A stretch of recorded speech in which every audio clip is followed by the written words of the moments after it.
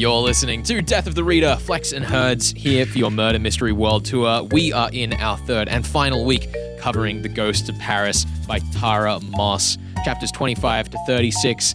Dom is back for one last time before we bid him farewell. It's good to have you in the studio alive, Dom. Behind the scenes, we've had a couple of weeks off, and I'm glad to see you back in fighting shape. Yes, I caught the nasty Rona for a second time, and it was worse than the first. It was a little wacky because Herds, you were out for the first 2 weeks. Dom was out for the third. I'm like frightened that something is going to go terrifyingly wrong for me after this episode, just to complete the trifecta. Yeah, look, this is the first time that I've seen Dom's face in what feels like years. It's beautiful. It's beautiful and beardly, which I really appreciate.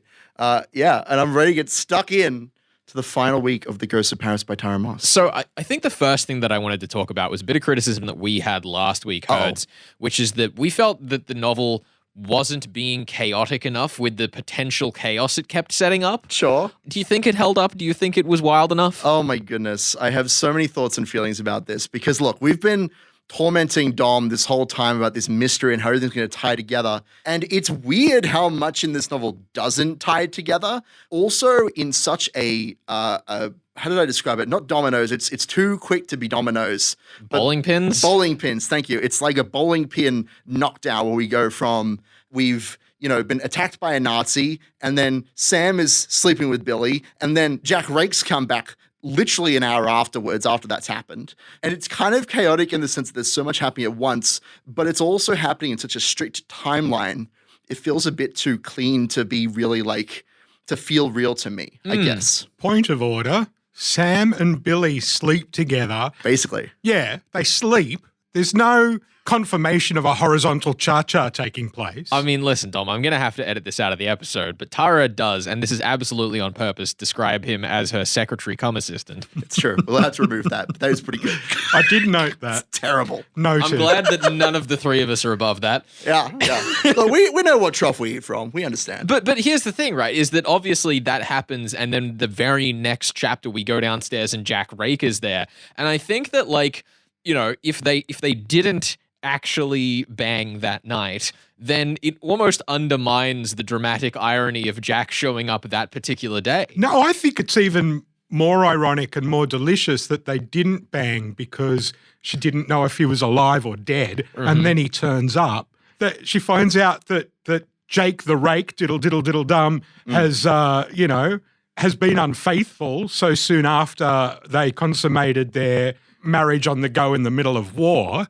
I still say it's Schrodinger's root. Okay. It may have happened. Okay. It may not have happened. Let's put this to bed, so to speak, Tom. Here's the thing. Whether there was... How dare you, sir? Whether there was sleeping or no sleeping, regardless of what happened that one night, she was unfaithful in the sense that she was like, I can get with Sam. Like I'm moving Jimmy on. Carter. She confessed to committing adultery in her heart. Exactly. It was an emotional... adulterous situation. But she thinks, I can move on. I can be with Sam. I'm a bit shaken up from that Nazi assassin that tried to kill me earlier today, which is another one of those bowling pins. As it does. Yeah. So she's like, I can move on. I can finally let this whole Jack Rake thing go.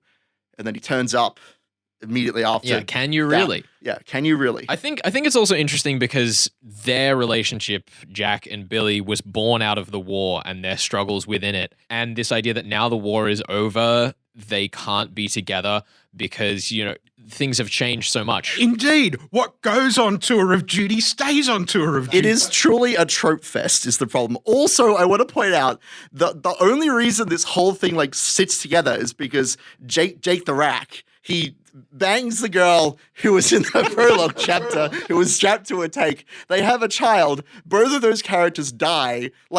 It's too neat that Jack is like, I have this really intense tie to Poland and the war, but they're all dead now, so I don't need to worry about them. Can I just declare one other interest at this stage? Always. Absolutely. I wish I could retract the second episode I was involved in where you were grilling me and I was trying to work out who done it, like this was a who done it. This ain't no who done it. Yes. It's a crime novel, right? There's crime. It's a novel that takes place with crime, but it's not a murder mystery. It's almost not a mystery. It's just a romance that happens to be related to death because of the war. Yeah, which is a really interesting thing because I think Tara Moss has been very comfortably and welcomingly adopted by the crime fiction community while writing novels that, shoot in the foot many of the tropes and ideas that we love and hold dear on this show in terms of solvability, which we'll get into in the back half of the show and how fair we thought this mystery was. It's very easy from the context of the novel to go in with completely the wrong expectations. Look, I loved the writing. It kept me reading. I can't fault that. But all the way through, I was expecting, Professor so-and-so with a candlestick in the library or whatever. Or an unmasking like in Scooby-Doo, Mayor Briggs, and I would have gotten away with it too if it weren't for you pesky kids. Well, that is kind of the interesting thing about this novel, and I'm going to. So I think it's mostly a result of the middle trilogy syndrome. The Nazi villains that we deal with in this novel are not all sufficiently tied in with like the core plot, I guess, in a way. I don't know, maybe someone else got me kind of explain this. Well, I think having come from reading The War Widow before this, I enjoyed both of these novels a lot, and like the parallels honestly are kind of fun, but there is a sense that you're getting towards here where the resolution of both novels is kind of the same. We blow up the Nazi and run off. Well, to be clear, we knock a Nazi out a window or off some scaffolding. That's what I'm driving towards. Like, the Nazi at the end of both novels kind of dies in the same way, but in this one is not the subject of the search. He just happens to be hunting Billy at the same time. But I definitely think I want to read the third book in the trilogy to like get the full scope of it. So what you're saying is that despite your frustrations, Tara made the right choice here. I don't know about right choice. It was a choice. You read crime novels, well, I do, and I have to suspend a certain amount of disbelief because, everything's just a little bit too coincidental to wrap it up that way. That didn't happen with this because it wasn't your traditional crime novel. As a romance, I'm almost offended that I enjoyed a romance novel because I'm a cynic and I hate that stuff. So good writing there, it kept me going. You need to read more romance novels, clearly. Point of order, I do not need to read. I do not wish to read. Hold on. Or romance novels that masquerade as crime or mystery novels. I think maybe we could do you in on, but we'll get to that, I'm sure, some other day. I think the other thing that was interesting was the kind of wrap up of Monty's story because, like, as with everything that we've discussed, we kind of return to Sydney. Vera's there with Pearson, and they're happy that they're able to go off because Monty had committed assault in another country and thus couldn't come back and be her lawfully wedded husband. And it's like, on the one hand, we've kind of wrapped up that narrative arc, as I was mentioning earlier, where it heavily parallels Billy's story. That's obviously the point. But we get back and it's just like, all right, thank you very much for your service. Yeah, I'm off. The final line is, it's Billy. I want to say I actually think she's talking to Shyla. It doesn't matter. She's talking to someone and she's like, I'm going for a long drive and I don't know where I'll end up. And in my head, I'm like, in the next novel is where you'll end up so that we can resolve all of these lingering plot elements. Mostly the Nazis that have been chasing you for the last two novels. Yeah, actually on that front, Shyla was also really interesting because Shyla, had to face a lot through this novel. Then that plot thread kind of just is wrapped up by her being promoted. Yeah, you're right. Yeah, Shyla is promoted to now you work with me now, but even that kind of happens off screen, which is a bit strange. That said, the scene between Hank Cooper and the Baroness. Yes. I don't know that I believe that you stabbed this man. It probably was Shyla, but also I don't, he knows the implications. Yeah. If Shyla's the one who goes to court, so he lets it be. Who cares who stabbed him? He deserved a stabbing. Well, exactly. If it was an Agatha Christie novel, they all would have stabbed him at least once. I think so. Speaking of group stabbings, we should probably get on with whatever we're meant to do to Dom in the next section. Oh, Dom. I'm ready for it. You're listening to Death of the Reader. We are discussing Ghosts of Paris by Tara Moss all the way to the end of the story. Full spoilers are in the house. Stick around. More to come. You're on to SER 107.3.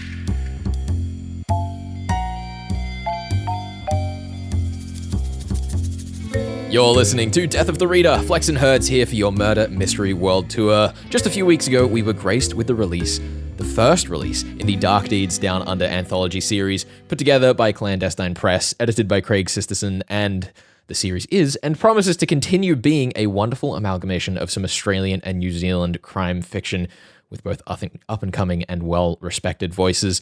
In that spirit, we're joined by Lindy Cameron from Clan Destine Press, Craig Sisterson, and one of the many featured authors in the series, Vanda Symon. It is wonderful to have you all. Welcome to Death of the Reader. Thanks for having us. Thanks, Felix. Kieran, g'day everyone. Lovely to be here. G'day. Lindy, let's start with you. An author who will go unnamed told us that you're often the nexus for many of the wonderful collaborations we've seen come our way from the local crime fiction community. What's so important to you about bringing these authors all together for things like Dark Deeds Down Under? I'm a crime fiction writer myself, so I love it.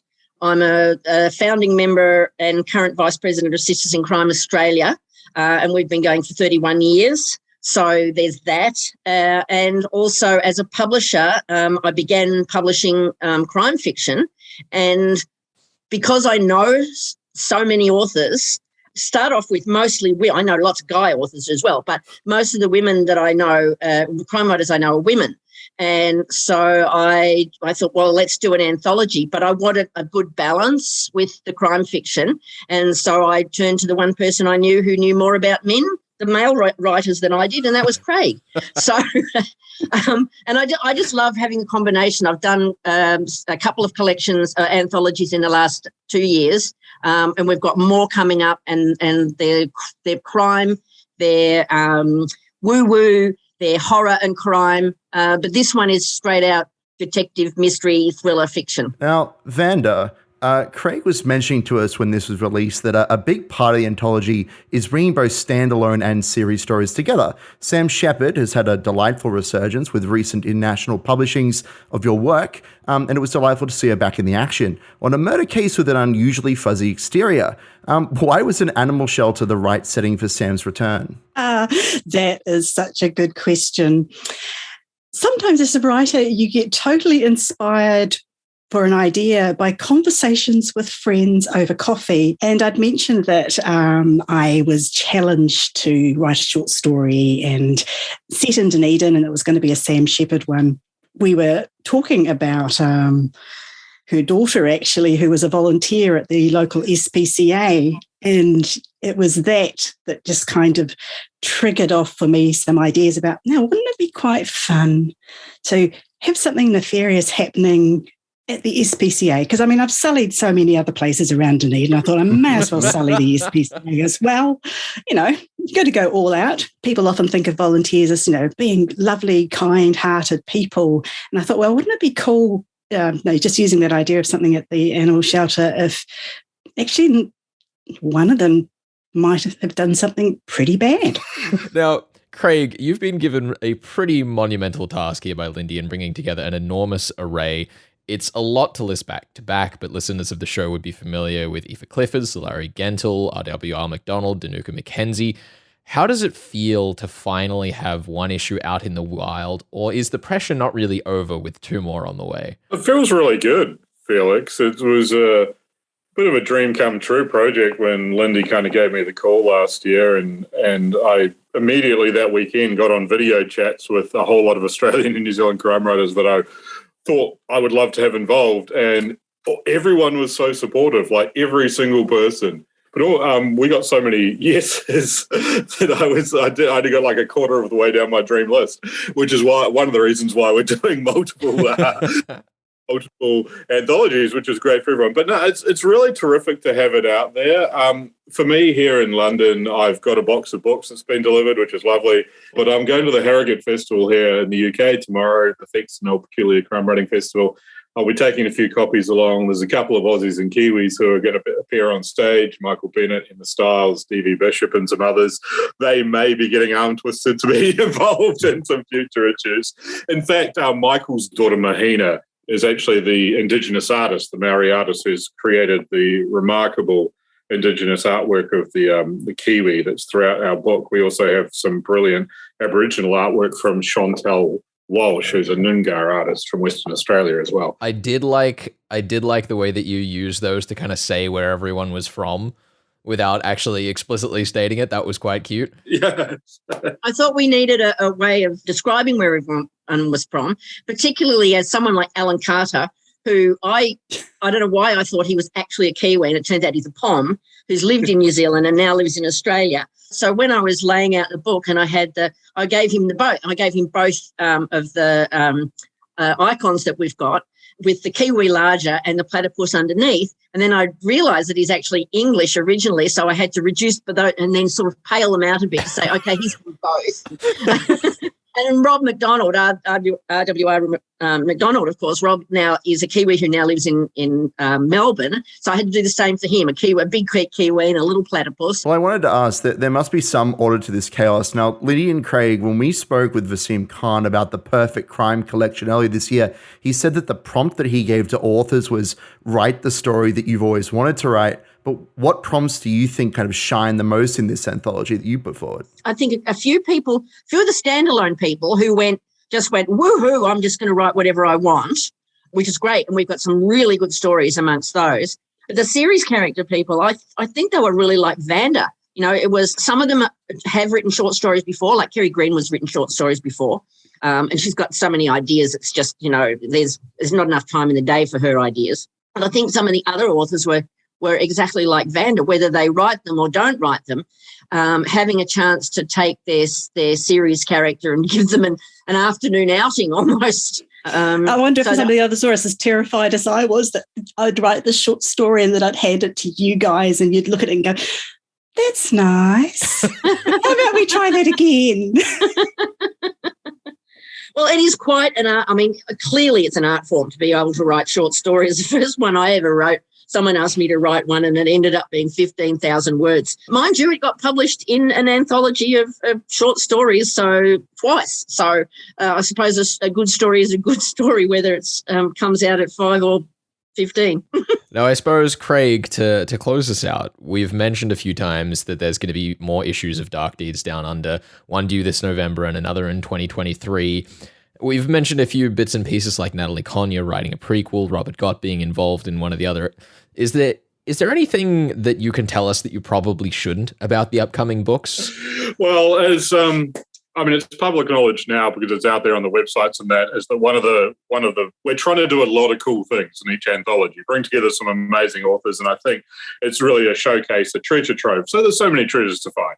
But one particularly cool thing in the first anthology, which is out now, is that it has the first kind of Shane Maloney story in a very, very long time. So that's pretty amazing. And so we're hoping to have a few little surprises like that in coming anthologies, stories from some great authors who perhaps have not been kind of as active in recent years.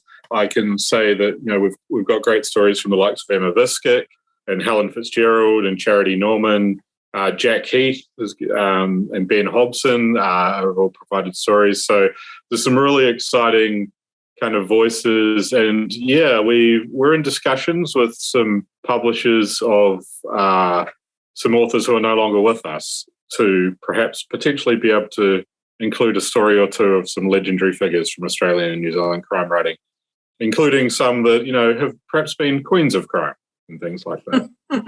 There you go. I'd just like to acknowledge Lindy's immense restraint in not pulling the chakram that she showed us before the interview out when I asked that question. He's probably clutching it. Yes.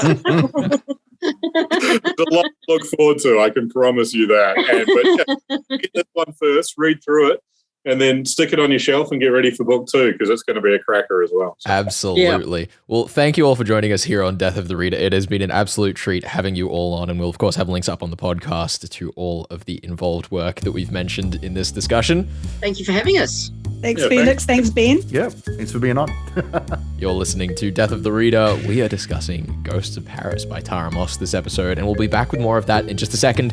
Stick around. This is your Murder Mystery World Tour here on 2SER 107.3. You're listening to Death of the Reader. Flex and Herds here for your Murder Mystery World Tour, and we are continuing all the way to the end of our discussion of Ghosts of Paris by Tara Moss. Full spoilers are in town. Dom, you are in the hot seat, and it is time for the post-mortem that we must deliver upon your solution. There was no solution. Well, I mean, look, there was some pointed questions we delivered to you that I think you backflipped on 3 or 4 times all the different questions we had for you. And in there was probably at least 1 point. I don't know. How do you feel, Dom? I felt like I was somersaulting as I plummeted into the never-ending depths of the hole that goes right to the center of the earth. And what makes it even better is, having had COVID since then, I don't even remember what I believed or didn't believe. All I know is when I got to the end of the novel, there was no way I could answer any of your questions because it wasn't the whodunit I'd thought it'd be. I will dispute at least one of these. Oh. However, I do think that given that, what, you said there were 4 backflips in there? Yeah, there were 4 backflips, and it was between 2 options, so you were right at least twice. So 2 points? I think 2 points is good. Oh, that's not, It's like a C is passing mark. degree. Yeah. And He's got degrees. here's the thing is this goes to the away team. Shout to Sean. Shout out to Sean. We miss you. But yeah, so we'll add those points onto the total for the away team. Godspeed the away team. Godspeed the away team. Now, the thing I did want to pick you on here, Dom, is that I do think that there are a few things that you can get in the mystery sense here, but they do have a bit of challenge to them that the average mystery novel does not. Because a few of the questions we ask you is Jack Rake alive? I think, to my mind, Jack Rake and Richard Montgomery both had to be in the same state. But the other thing is that there's a lot of mileage I think you can get out of the parallels we were mentioning between Vera and Billie, because Vera's story, aside from what actually happened to Richard, is given to you very clear and on the surface right at the beginning of the novel. So you have this big piece of context to carry through everything else you see. Do you feel in hindsight that there were enough pieces had you not been so rampantly misdirected by us? What, are you asking me if I wasn't so stupid, could I have been clever? Yes, Absolutely. I should have been, but there was a part of me that went, I don't think there were enough pieces, because as I say, I was looking for a whodunit and I was trying to find, it's always the one you least suspect. So I tried to least suspect everyone in turn.